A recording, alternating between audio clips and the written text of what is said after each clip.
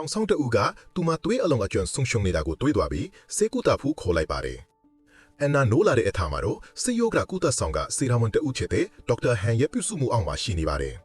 သူမကအန်နာကိုကူညီဖို့ရောက်လာကြောင်းပြောပြတဲ့အခါအန်နာကယုံကြည်ပြီးသူမရင်ဖွင့်ပါတယ်သူမဟာခိုကိုတက်တဲ့ဖို့ရည်ရွယ်ခဲ့တာမဟုတ်ပဲခံစားနေရတဲ့နာကျင်မှုနဲ့အထီးကျပ်မှုတွေကနေယုံထွက်ချင်ယုံတက်တာချစ်ကြောင်းပြောပြပါတယ်အဲ့ဒီနောက်မှာတော့သူမကိုတူနာကျူကနှစ်တင်ပေးတဲ့လူနာဆောင်ကိုပို့လိုက်ပါတယ်နက်နက်တက်တာလာတော့အန်နာကသူမရဲ့အမေနဲ့စကားပြောခွင့်ရဖို့တောင်းဆိုပါတယ်သူမအံ့ဩသွားအောင်ပဲအမေကအရင်လုပ်ခဲ့တာတွေကိုတောင်းပန်ပြီးကောလိပ်ပညာသင်စုပြန်ရဖို့ကူညီပေးပါမယ်လို့ကတိပေးပါတယ်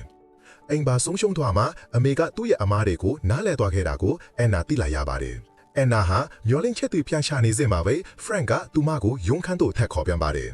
သူဟာသူမတက်တာနေပြီဖြစ်လို့သူမရဲ့အခန်းစီပြန်တင်ကြောင်းအသိအကျယ်ပြောပြီးသူမရဲ့စိုးရိမ်မှုတွေကိုပယ်ချလိုက်ပါတယ်အခန်းထဲပြန်ရောက်တဲ့အခါအန်နာဟာသူမရဲ့ဘဝကိုပြောင်းလဲဖို့လိုအပ်တယ်လို့ခံစားရပြီးဂုဏ်တက်တူးကိုဖျက်လိုက်ပါတယ်ဂျီနီကအန်နာရှင်းမဲ့ကောင်းဖြစ်နေတာကိုသတိထားမိပြီးသူမကိုပန်းပိုးပြီးကြောင်းသူ့ဖော်ပြောပြပါတယ်နေ့လယ်စာစားချိန်မှာကိုဒီနဲ့သူမရဲ့အဖွဲကအန်နာကိုစစ်နှောက်ပြီးအထီးကျက်နေတာကိုလောင်ပြောင်ကြပါတယ်